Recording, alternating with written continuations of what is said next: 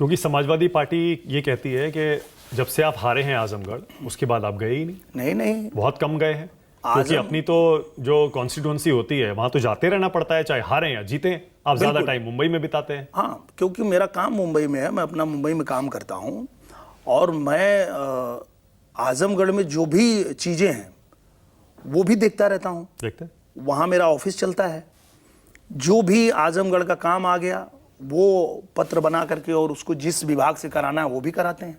ऐसा नहीं कि हम सिर्फ अपना काम कर रहे हैं, हम जनता का भी काम कर रहे हैं, भले नहीं जीते पर उसमें हम लगे हुए हैं। ऐसा नहीं कोई कह सकता कि भाई किसी का कोई काम है और वो रुक जाएगा। भले सांसद धर्मेंद्र भैया कम हो, हम ही कराते हैं। धर्मेंद्र भैया से कैसा रिश्ता है? बहुत अच्छा है। हाँ? बहुत अच्छा है। मैं तो जब भी मिलता हूं उनको प्रणाम करता हूं, वो भी आशीर्वाद देते हैं और ऐसा कुछ नहीं है। देखिए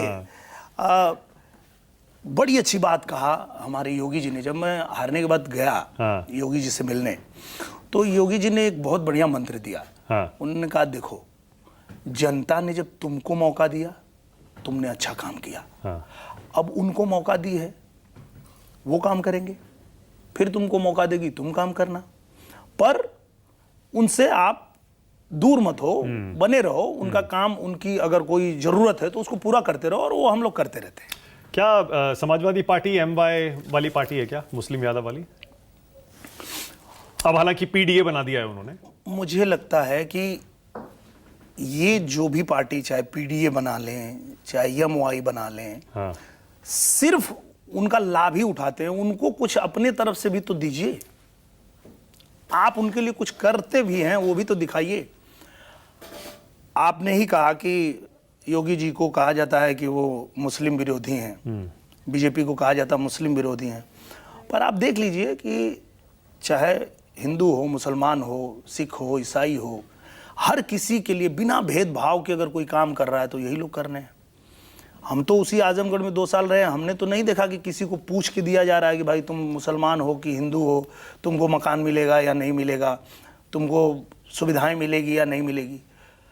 मेरे यहाँ चूंकि आजमगढ़ ऐसी जगह है, मेरे यहाँ अगर दिन भर में 100 पत्र आ रहा है तो उसमें 75 पत्र मुसलमानों का ही होता था और हम उसको लिखते थे और योगी जी कर देते थे। अच्छा, जब योगी जी को सीएम बनाया गया पहली बार, तब आपको उम्मीद थी कि सीएम बनेंगे? क्योंकि वो चुनाव तो मोदी जी के नाम पर लड़ा गया था और अमित शाह बताते हैं उस जीत के चाणक्य थे।